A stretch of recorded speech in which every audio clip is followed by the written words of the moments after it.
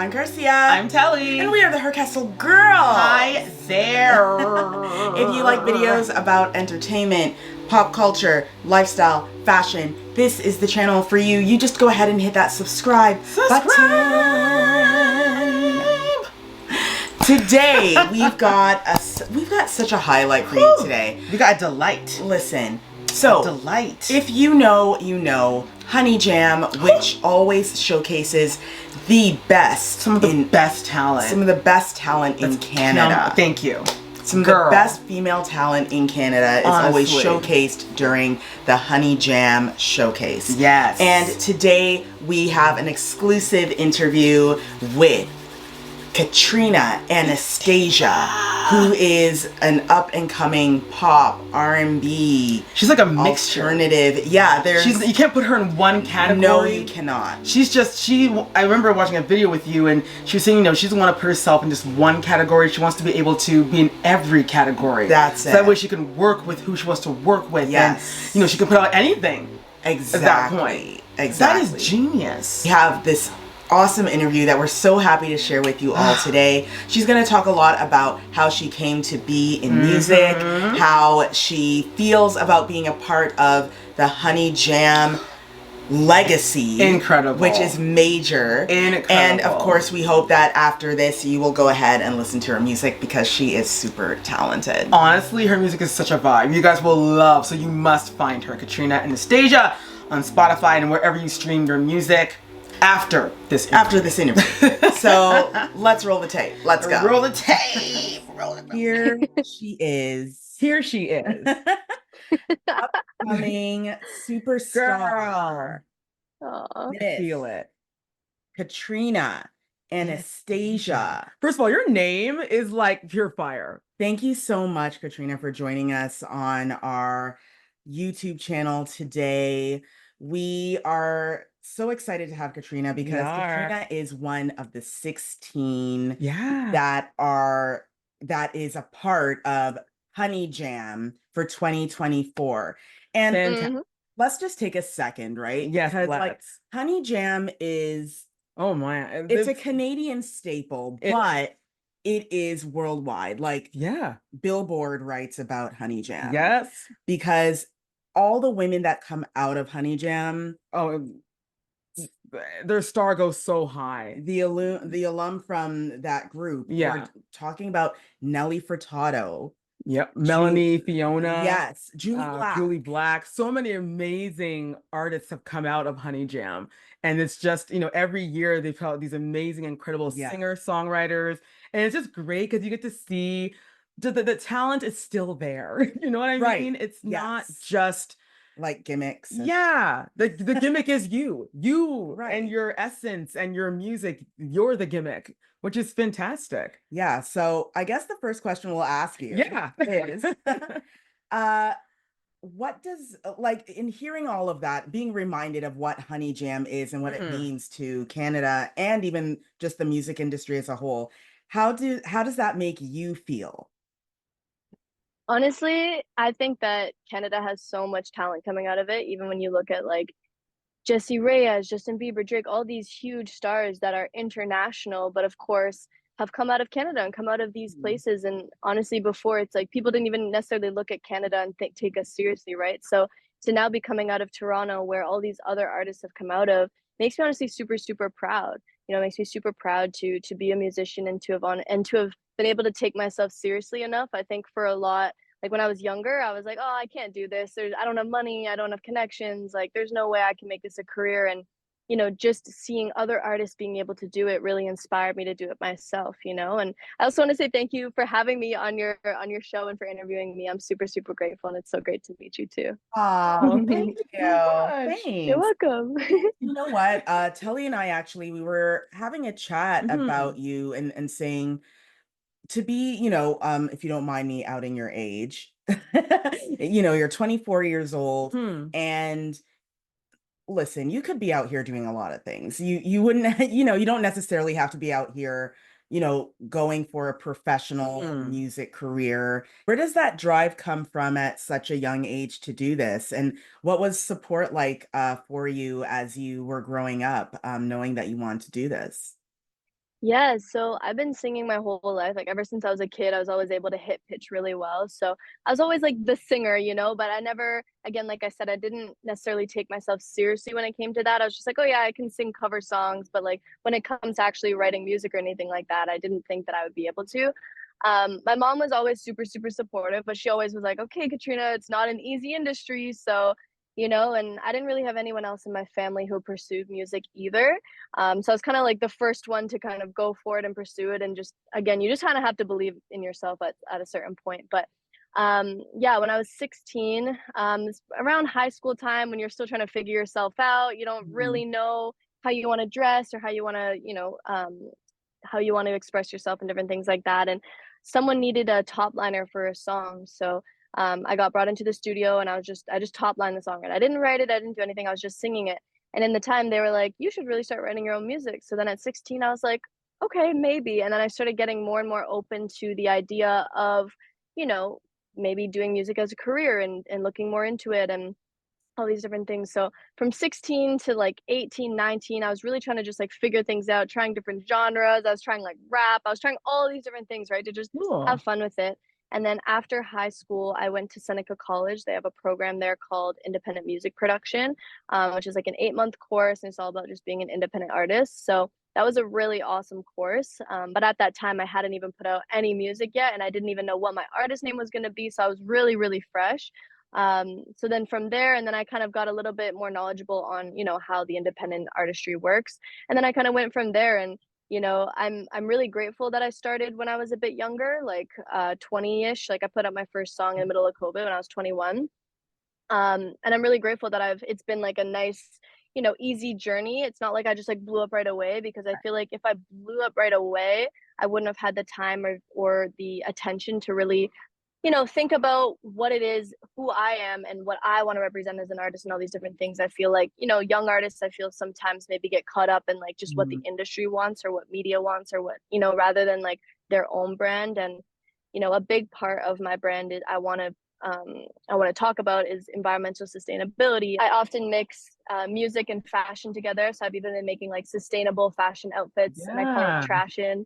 And yeah, just kind of been doing things like that because I know that, you know, the eyes and ears are on the music and fashion industry, and those are two of my favorite creative mediums. So like, let me just push through that, get people to, you Absolutely. know, be interested in my art, and then hopefully they'll listen to what I have to say or my opinions when it comes to environmental sustainability, when it comes to love, when it comes to unity, just like peace and like all those amazing things. So yeah, that's why I'm doing I it.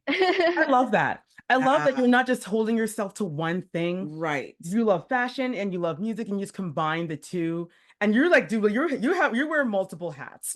Yeah, and doing it Yeah. too, like during like the whole COVID Yeah. situation, that had to be something That must too, have been something. because it's not like you could just be like, let me go out and visit all of these different stores, Yeah. and you really had to be really Dig resourceful deep. on your own. Yeah. So that's awesome. You are kind of a multidisciplinary You wear a lot of hats. artist.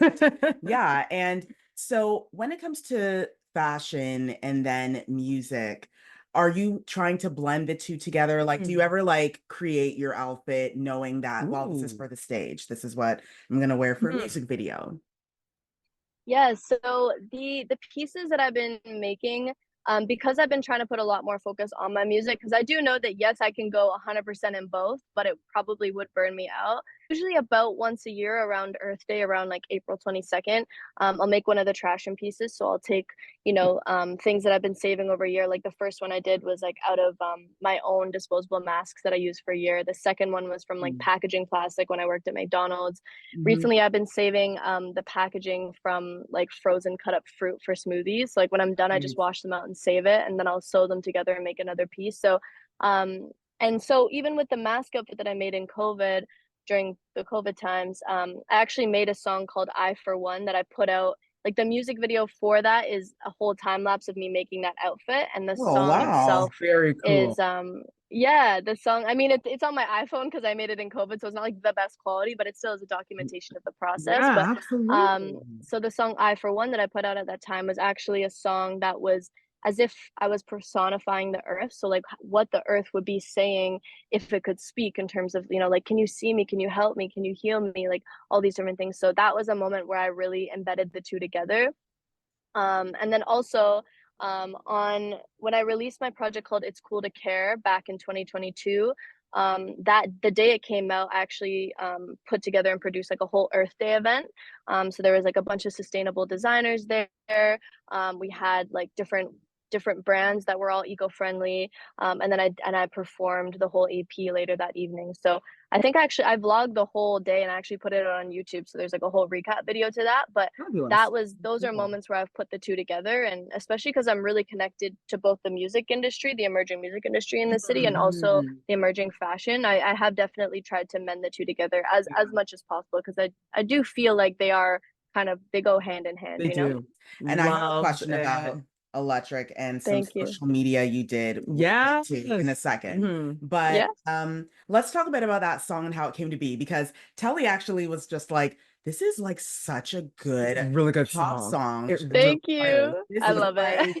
Yeah, like it's kind of an earworm, and it sticks with you. Like it's radio ready. Yeah. Like serious absolutely. It has that vibe. Yes. Right now. It's definitely one of my favorite songs. I co-wrote that one with a good friend of mine named Jordan Astor, who's also an artist, but he's also a producer. So we just did our first session and we were just playing around, and in that moment, he was like building the beat on the spot. And so in the moment, I had just kind of started talking to this person and I was feeling very lovey. I was feeling really good. And so that definitely inspired this song. Like I like to say that this song's kind of like my love letter, where it's just about, you know, really putting the work in and loving yourself first, so that you're able to love and be loved in a healthy way, you know? Because I think that there's too much in life, and especially as young girls, we're told like, oh, Prince Charming, someone has to choose us, oh, we have to be, you know, admired, or different things like that. And it's like really the true power is when you're like, okay, what are my boundaries, what are my standards, and what am I going to put up with, and then you choose, you know what I mean, or you attract what is meant for you in that way. So yeah, we wrote that song, and as soon as we started writing it and we got the hook down, I was like, this is a banger. And then we just kind of finished it over like a couple months, and yeah, put it out in July. And yeah, it's been awesome. It's been a really good time. A lot of people have gotten a lot of really great response to that song, and hopefully I can get on the radio. I definitely think that it would do really good on the radio, so fingers crossed on that one. Canada has, sometimes people say things about, oh, you know, does Canada have enough industry to, you know, foster talent, or, you know, like really create a place for artists to like succeed, because you always hear about places like Nashville, you know, LA, Seattle, places where, you know, people are like, no, you need to go there. Speaking as a Toronto artist, what is it that you have found with Toronto that makes it really supportive for you to nourish and grow your career here? Totally. Honestly, I think Toronto is obviously one of the most diverse places in the whole world. So artists are getting, you know, examples of all these different types of music, all these different types of cultures, all these different things that they can pull inspiration from, which I think is really important. There's so many open mics happening. Like even I hosted an open mic for 2 years, and met so many amazing artists. One of my favorite things to do is to help like empower other artists. So a lot of times at open mics, you'll see they're like really nervous or they don't want to stand off, and I'd be like, get in the center, take your spotlight, speak, you know, all these different things. So I think that that's also huge. There's so many opportunities for emerging talent. Just people like to say that Toronto's a gatekeeping city. I do think there is a part of it that's maybe like that, but everyone that I know is all about supporting each other. And especially me, I love supporting, especially other women. Even if they make music that's similar to me, I'll still be sharing their stuff. I think it's important that we all work together and we all support each other, not just in music, but honestly in any industry. The question I had about Electric. So yes, on your Instagram, you have a video where you are performing, but you're doing this on the TTC, on the subway. Love it. And it's empty. Love it. How in these days did you find an empty subway car to be able to perform and, you know, do your little flips and on like how? Honestly, what's so funny is that I didn't even have the idea at first. the song came out that night at 12 o'clock, and I was at my friend's house in the West End. And so I think I got into the subway at like 1:30 in the morning. Oh And I no. was coming from Kiel, like, and going east. So as soon as I got on the subway, I'm like, oh, it's empty. Oh, I have an idea. And then I started just filming and going crazy. And it's so funny. There was one guy sitting on the cart, but like his back was towards me. And I'm like, to this day, he has no idea the things I was doing He behind him. only knew if he just made If he the only one little knew. turn. Jam has their main show showcase August 29th. Yeah. And I understand that CBC Music is even going to be recording this so it can be shown as a full-on concert. Yeah. What do you have planned? You don't have to tell us Like, tell us everything. You're just saying, give us a little like hints. What is your hope? Yeah. What do you hope to bring to the stage when you perform August 29th? Yeah, well, first thing is Honey Jam is providing us with a live band. So I'm going to be performing with a live band, which is super fun. I've performed with a live band a few times as well, but I usually just perform with my guitar and different things, going to like different gigs and stuff like that. So I'll be playing with a live band, which is super, super exciting. So I'm sure it'll be like a little bit of a different rendition to what the song usually sounds like. And I'm also just excited because I usually perform with a guitar. I'm usually pretty stationary on the stage. And I still, even though I've performed so many times at like these little gigs and stuff, I still get nervous like looking at people in the eye. But as the audience member, I love when performers look at me when they're performing. So I'm really going to try to push myself to like move around a lot on stage, to really try to like engage with the audience and just, just like shine confidence and shine excitement and shine love is the plan, and hopefully get featured on CBC Music, because that would be really cool. Thank you. August 29th. Thank you. And congratulations to you. We know that this is just another chapter in your career, and we're excited to see you climb and continue to go up and up. Absolutely. Listen. She really she's young, but she has vision. She knows what she wants for her career. Yeah. And we're like we said in the interview, we're so excited to see her rise. That showcase will be happening August 29th, so be sure to check it out. Be sure to visit Honey Jam online so you can see all the amazing performers that will be featured. And of course, make sure to check out Katrina Anastasia's music on Spotify, Apple Music, wherever you listen to music. Be sure to check her out. Thank you so much, everyone, for watching and for listening. And until next time, bye.